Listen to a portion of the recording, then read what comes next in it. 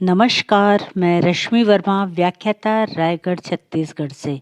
आज हम वंशागति के आणविक आधार वाले पाठ में से परीक्षा की दृष्टि से कुछ महत्वपूर्ण प्रश्नों पर चर्चा करेंगे।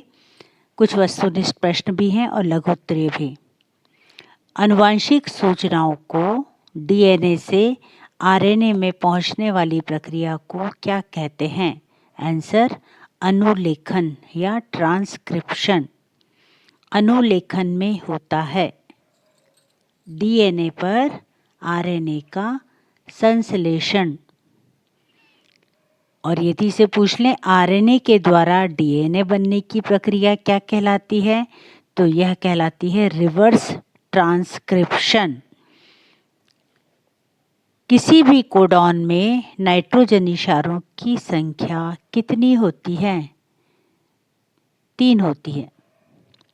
न्यूक्लियोसोम में क्या उपस्थित रहता है? न्यूक्लियोसोम में हिस्टोन प्रोटीन उपस्थित रहता है।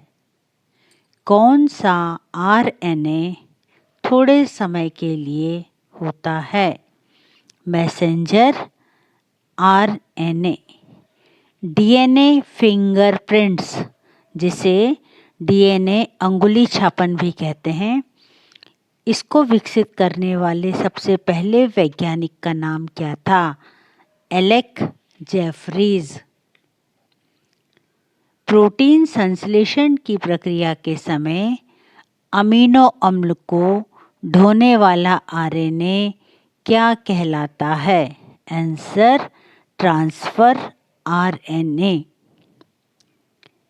जब किसी जीव में अपनी इच्छा के जीन को प्रवेश कराकर उसे बनाया जाता है, तो ऐसे जीवों को क्या कहते हैं?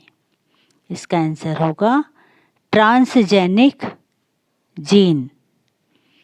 अनुलेखन की प्रक्रिया में भाग लेने वाले एंजाइम का नाम क्या है?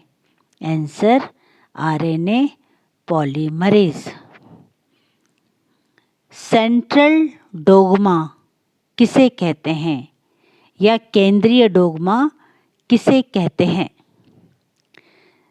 सेंट्रल डोग्मा का अर्थ है आनुवांशिक सूचनाओं का प्रवाह। डीएनए में उपस्थित नाइट्रोजनी क्षारकों के क्रम से पॉलीपेप्टाइड श्रृंखला में अमीनो अम्लों का क्रम निर्धारित होता है। प्रोटीन संश्लेषण के समय सबसे पहले डीएनए में संचित आनुवांशिक सूचनाएं डीएनए से मैसेंजर आरएनए में स्थानांतरित हो जाती हैं। यह प्रक्रिया अनुलेखन या ट्रांसक्रिप्शन कहलाती है। मैसेंजर आरएनए इन सूचनाओं को लेकर प्रोटीन का संश्लेषण करता है। ये प्रक्रिया अनुवादन या ट्रांसलेशन कहलाती है।